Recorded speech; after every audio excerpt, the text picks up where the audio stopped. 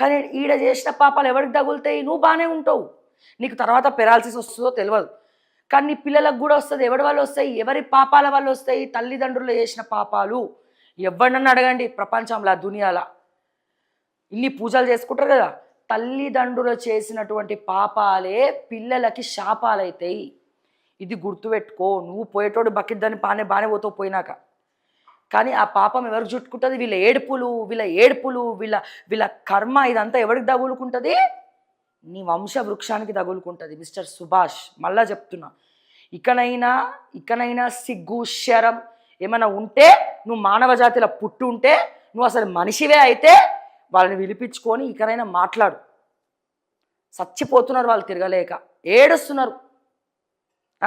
వాళ్ళ శని, వాళ్ళ దరిద్రం మొత్తం నీ కుటుంబానికి చుట్టుకోకపోతే నా పేరు శ్రావ్యనే కాదు చెప్తున్నా.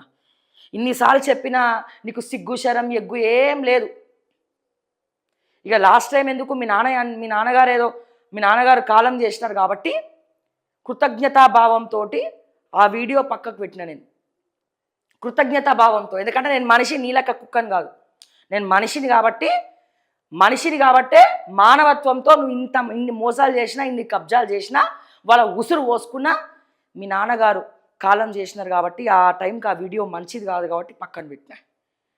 ఇకనైనా బుద్ధి తెచ్చుకోవాలని పిలిచి మాట్లాడని చెప్పి మరొకసారి సందర్భం వచ్చింది కాబట్టి చెప్తా ఉన్నా, టాపిక్ వచ్చింది కాబట్టి నేను చెప్తా ఉన్నా. ఇది ఆలోచించుకో బిడ్డ.